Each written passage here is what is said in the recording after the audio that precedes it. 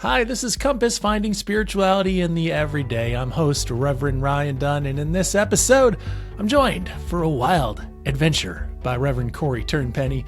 Corey discusses the unique blend of community and nature that defines church in the wild, where worship is harmoniously aligned with the rhythms of the natural world. So we're going to discover how this innovative faith community, Church in the Wild, embraces outdoor worship, the beauty of a camp setting, and the profound spirituality found under open skies. Corey Turnpenny is the founding pastor, of course, of Church in the Wild, a nature-focused congregation in upstate New York. Her journey began at the UMC Next conference in 2019, leading her to establish a faith space where individuals can reconnect with their spirituality amidst the splendor of creation. Through Church in the Wild, Corey's pioneering a movement that calls people back to nature, fostering a sense of belonging for those who feel spiritually homeless in traditional settings. If you appreciate conversations like this one that we're having with Corey, hit the like and subscribe button on your podcast listening platform. And if you're ready to take the next step, leave a rating and review. That would really help us out. Thank you. Let's get to the story of Church in the Wild with Reverend Corey Turnpenny. Corey, there's so much to explore around Church of the Wild, but let's start with this. How are you? How goes it with your soul today? Okay. Yeah. Okay. It's a heavy season. Winter is hard. Yeah. And I remind myself of that this is, the season that was hardest for humanity, especially up here in the north, that took a lot of, special care and lots of different traditions throughout human history to help us survive winter. And there's been, of course, a lot of just social and national stuff loaded on top of us in the middle of winter. And so, it's hard and heavy for a lot of folks right now. Well, in talking about some of the ways in which we connect with the natural world, what does the rhythm of life look like for Church of the Wild during the winter time? Yeah, we try really hard to match the rhythms of nature, and it does take these regular reminders that it's okay to be going slow and to not be as active right now as a community. So we worship outdoors for as long as we can. We're in upstate New York, so usually by the end of October, early November, we are moving indoors at our host site, Sky Lake Camp and Retreat Center. They're phenomenal hosts to us and welcome us indoors to cozy rooms where we can have a fire in the fireplace and still look out, at the lake and feel a connection to nature. And then after Christmas, we go on Zoom for a month or so. Okay. So we meet virtually, which is also really awesome. I try to tell people a lot, as a nature-focused congregation, we are not tech averse. There's great tools in the internet and Zoom, and we can use those to do great ministry. And so it's really fun in the winter to expand our circle. We get people joining us from all over the country and all over the world. We have people from Sweden and Brussels, and it's amazing the folks that find us and want to join in. And then that allows us to bring in guest speakers. So, Cool. People that aren't near us geographically can still come talk to us, and we can learn about the great stuff they're doing. And then for February and March, we meet at another church in their chapel. And that still allows us to be able to have people join us on Zoom. So our Zoom friends are with us, for 3 or 4 months. We're actually hoping that at the end of this year when we come indoors again, that we can start Zoom earlier than January to keep our connection with them. They're really regular, awesome attenders and give a lot to our community. So yeah, we come indoors for this time, and for January, we're hearing from guest speakers. For February, like this month, we're just sharing our soul songs. So every week we have 3 or 4 people just share a song. We listen to it and they tell us about it. So it's not even a full worship service. We don't have our full liturgy or program. We're taking it easy. And there's always a part of me that feels anxious about that. And I have to remind myself that no, this is what the world should be doing right now. And we almost have to work at slowing down. It takes some effort to not get caught up in our cultural pace and to really keep with the pace of nature. What have been some of the songs that people have shared? Oh my Anything gosh. that has really stuck out to you? Like, Yeah, there have been some great ones. Last week we got Soul Shine from Government Mule. Okay. Great one. We got some Mumford and Sons coming up this week. We had some John Denver.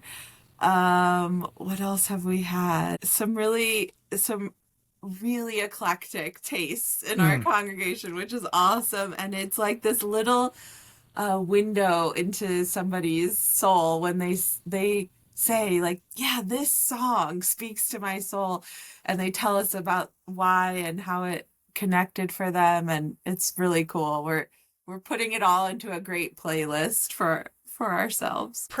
Community preference though would probably be to meet outside. Is that correct? Yes, absolutely. Okay. We are full of nature lovers. Our group loves to be outdoors, and we just get to savor it and soak it in when the weather allows. Yeah. Well, how did all this come about? How did a community of nature lovers come together to form this church? Oh, well. Let's start at the beginning. Maybe we can start with what inspired you, Corey, to make this kind of movement. What was stirring in your soul?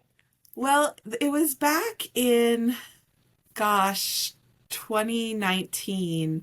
I attended the UMC Next conference that happened that year as we were getting ready for general conference, and and of course none of that happened as anyone thought it would, but we had this great gathering. It did, just 5 years later. Yeah. It happened, Yep. So we got, a bunch of people from across the country gathered at Church of the Resurrection, and it was all about, dreaming, about the future of the church. And so I was sort of in that space as I was traveling back home. And, a late night drive, you're talking to God, I was kind of complaining to God, feeling like, there's just thinking about the future for myself personally. I was at a great church, but I knew I couldn't stay there forever. I was there, it was like my 6th, 7th year, and thinking locally in my area, what other churches, might be options for me as a leader. And this was the complaint, is in that I didn't feel like there was any church that I could really be my full, authentic self as a pastor. And that was frustrating to me. And I was complaining to God kind of, and it really felt like this very sassy reply of, well, you could start your own congregation. And I just said, no, what? No, first of all, I never thought I would experience another call. Like I had my call to ministry and I said yes, and great. And I, did the whole thing, God. But now no, I was not interested in planting a church. It seemed like a lot of work. And most of the church planters I knew, were overworkers working a ton of hours and trying to start like another mega church Yeah. or just another type of church that again I don't know that I would feel comfortable or able to be my full authentic self. And so I said no, of course, initially, but these things tend to not really leave you alone. And so it kept, the thought kept circling around in my brain for a month or so.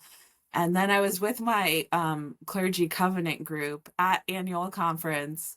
And I heard myself say the words, I just want to be the pastor at Sky Lake. Like, why can't I do that? And then it felt like God was like, there you go. It just took you a little while, but that's the ticket. And What, was there a church already at Skylake, or are you saying like I just want to be a pastor in this area? yeah, Okay. at camp, Yes. so this Okay. was the camp. Skylake is the camp. Yep. All Yeah, right. it's where I grew up attending as a kid. I worked there on summer staff for 5 summers.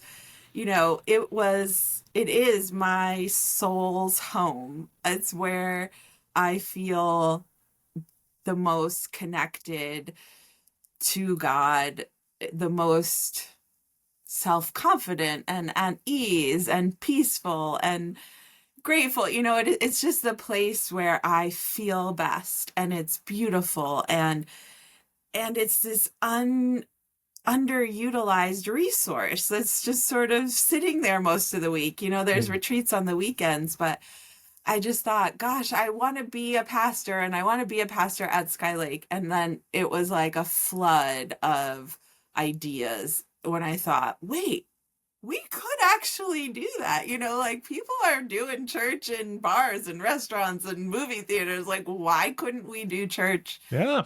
at camp? It made so much sense. I was like, I don't know why I didn't think of this sooner, but here we are, all in the Spirit's time. So that was the initial idea, and it was a little nerve-wracking at first. So How I did just, how did you pitch it to the powers that be? Or yeah, is there I openness at the shared time? Yeah. it. I started by just sharing with, you know, my close family, a couple close friends who were also a part of like the camp community there.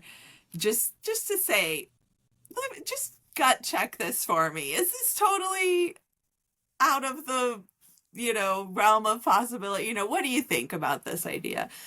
And they were supportive. So I went to our conference at the time. The person overseeing new church starts and told him the idea, and he thought it was great. And at Yeah.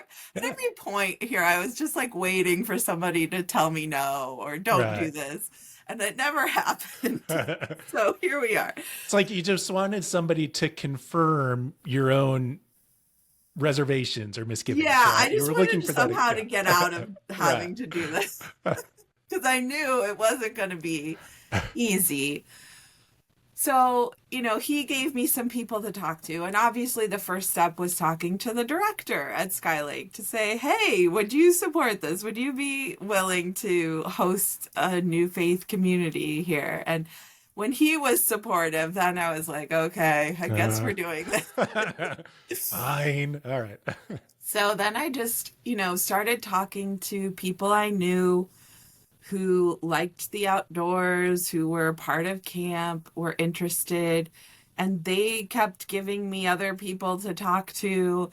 And then we had a group of like 10 people who thought this was a good idea. And so we just met monthly for like 6 months to talk about, okay, so who do we want this community to be for, and what values do we want this community to have? And we resisted jumping right to worship, like what's it going to look like, what are we going to Yeah. do? We wanted to first lay the foundation of who's this for, what's it really about, like what our mission and vision and all of that, and our name. And so we sort of workshopped all this stuff together.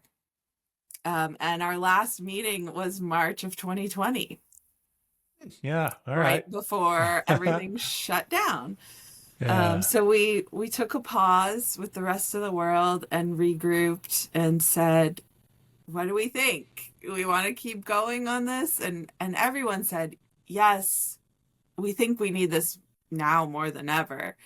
A few folks said, yes, you should still do it, but I have to step back, Hmm.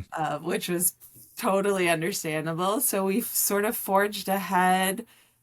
The plan was to build community first, which was a little bit different on Yeah. Zoom. We had lots of Zoom gatherings, and then we started doing service work. So we were outdoors and we were able to, be social distance and all of that, and doing community work together. And what kind of work was that?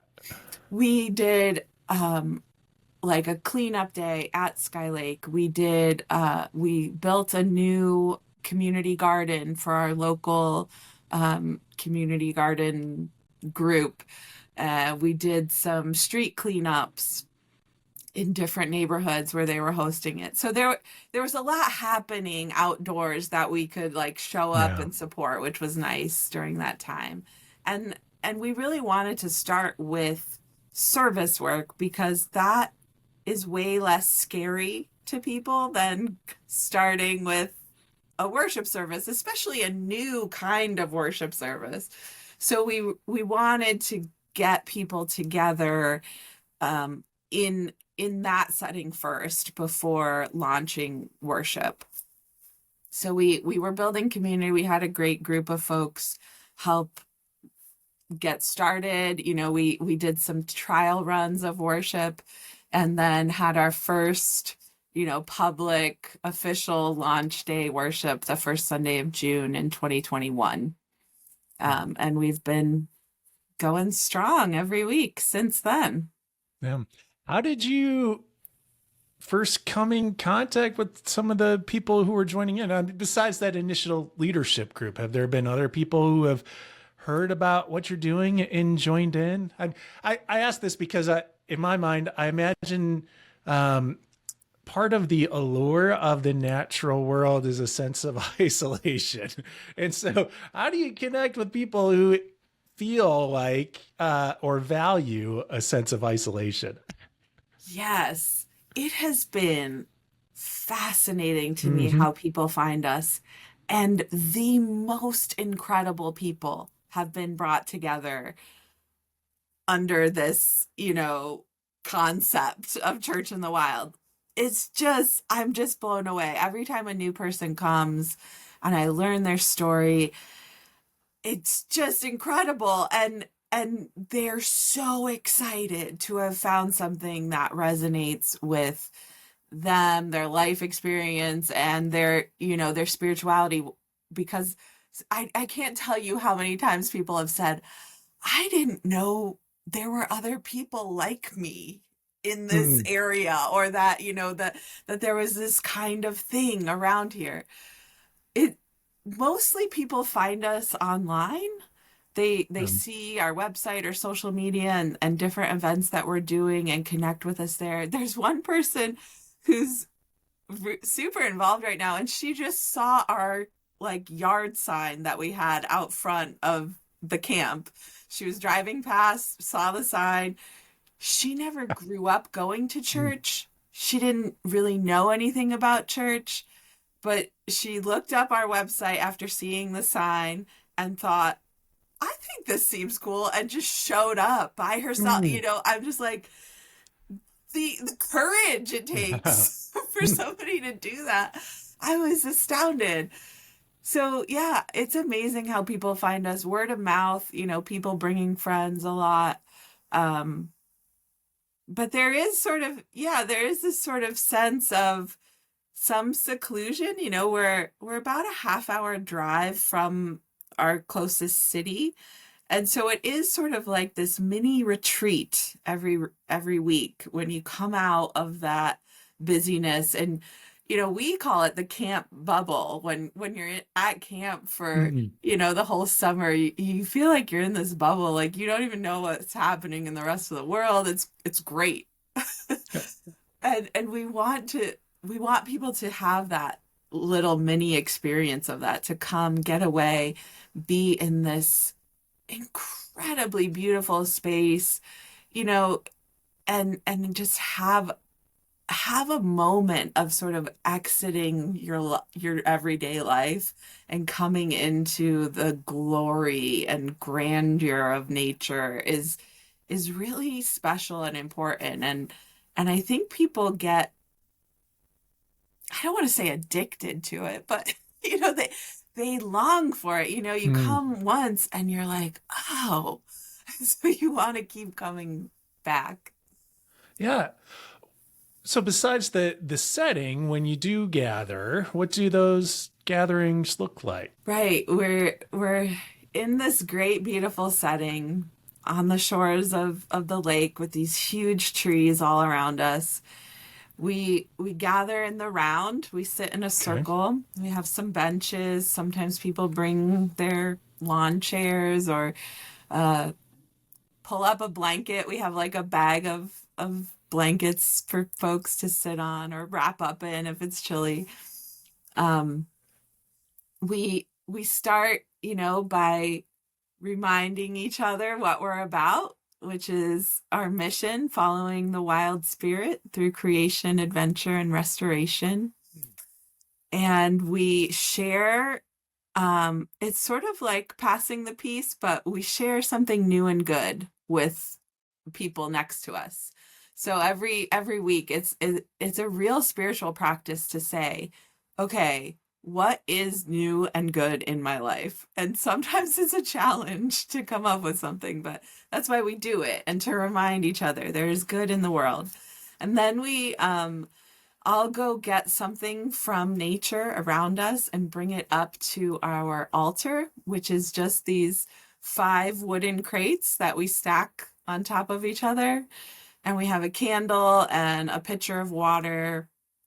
And then everybody brings stuff to the altar. So sticks and rocks and pine cones and acorns and feathers and leaves and flowers, anything that's around. And so every week our altar looks like the season that we're in. We see the changing colors and textures of each season reflected in our altar, and it's this beautiful work of art. And then we take it down. It's this practice of impermanence, that we come together, we have this beautiful experience, and we return those things back to the earth, and it's good. We don't have to try to preserve everything. So we build our altar while we sing a song, and then we have a nature connection moment where someone from our congregation shares something cool about nature, some cool nature information that usually connects to like whatever the theme for the day is. And then our kids, we have a wildlings club, and they go with the kids leaders and do their thing, which can be scavenger hunts or games or books or, anything that you can do at camp. And then we have a poem every week. We read a different poem and a wisdom reading. And then we have a message time, but it's very conversational. I love that most weeks I am not the one to say the most profound thing. It takes a lot of pressure off. I just sort of have to ask some questions, and then we have this incredible conversation. We sing a couple songs. We have a great guitarist who leads us in all kinds of music, secular, sacred, oldies, folk, up to current stuff. We'll sing whatever fits. And we have a time of prayer and meditation that another member of the congregation leads that time. And that takes many different forms too. Sometimes we'll all just go wander and sit for 10 minutes and just be in nature. Sometimes it'll be kind of a guided meditation, or we'll invite people to take their shoes off and ground on the earth, or we'll walk while we meditate, or a traditional sort of pastoral prayer. It varies week to week. And then we set intentions for the week ahead. So everybody gets a chance to share, a word or a phrase that they're claiming as their intention this week. And we share the Celtic deep peace blessing as our benediction, and send people off with that. Yeah, full bodied, like by the end of the hour, I feel like I just did yoga or got a massage. Like I just feel so relaxed and Okay. good, but alert and present, just spending that time with that fresh oxygen and, hearing the bird songs. And it just is so peaceful. So we send each other off with that. Have congregants told you why this is appealing to them or meaningful for them? Yes, absolutely. I hear a lot. Well, I'll tell you, early on in our first year, someone came for the first time, and they said when they showed up, I'm kind of nervous. I just heard about this. I came by myself, and so it was great to have a moment of like reassuring them that it was going to be okay. And they met someone they knew already there, which was great. And afterwards they said, my whole life I have felt like I was spiritually homeless. Like I just didn't fit in anywhere until now. Like this is my spiritual home. This is what feels like home to me. And that was huge to hear that reflected back to us early on, because that helped us with our own identity of what this community is. It's not just about creation care. It's not just about we're a place full of nature lovers worshiping God together outside. That this was an alternative to other religious or spiritual places that could be a home for people that didn't feel like they fit in anywhere. And so we've heard that similar story time and time again as people find us. They say, wow, this is what I've been looking for so long. This feels right. I've tried so many different things, and this is what I've been longing to find. So it sounds like the natural world is a central piece of your community gatherings. Are there ways that you encourage congregants to kind of take an awareness of the natural world into their own spiritual practices, like away from the Sunday gathering? Yes, absolutely. We have like a monthly action that we set for our group that we do together. And it can be, let's all sign this petition or send a letter about this usually environmental issue. This month we're encouraging folks to support Black-owned businesses in our community. It can be a variety of different things, but it's usually about how are we helping to care for creation? How are we answering that charge we've been given? One of my favorites was we made up these little signs that said like, bananas don't need a plastic bag. Plastic takes 3 years to break down in then it's microplastics. And so we encourage people to take them and like clip them to the banana stand at their local grocery store, just to sort of spread this message, like grassroots. We didn't get permission or anything. We just stuck these signs in different grocery stores saying like, hey, you don't need plastic for your bananas. So little things like that were incorporating into our spiritual lives as not just sitting in nature and meditating, but caring for creation is part of our spiritual practice. We also do encourage people to notice what's going on, to make sure you get, even if you just step outside for 5 minutes one day, especially now when it's cold, just having that little bit of rubbing shoulders with your nature around you, our wild neighbors. We're called to love our neighbors, and that's not just humans. That's the trees and the animals and the plants and the air and the water and the land itself.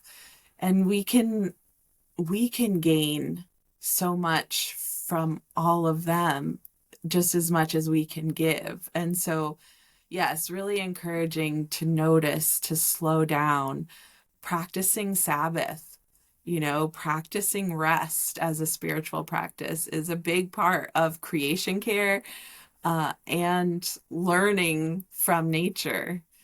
And we've heard, I just love, we have a woman who goes to morning church because we meet at 4 p.m. So she goes to her local United Methodist church in the morning, and then she comes to church in the wild. And she has said, my siblings told me since I started coming to this wild church, I am so much more relaxed and calm. And it really does. It makes a big difference for me. She said, I just feel more in tune and more connected and present. And that, brings a tear to my eye, because that's exactly what we're hoping for, is to help people find that calm, that peace that we find in nature. Your use of the word wild, I feel like we need to talk about that a little bit. You talked about the wild spirit, and you could have named the church like Church in the Woods or Church at Sky Lake, but why center in on this term wild? Why is that important for your identity?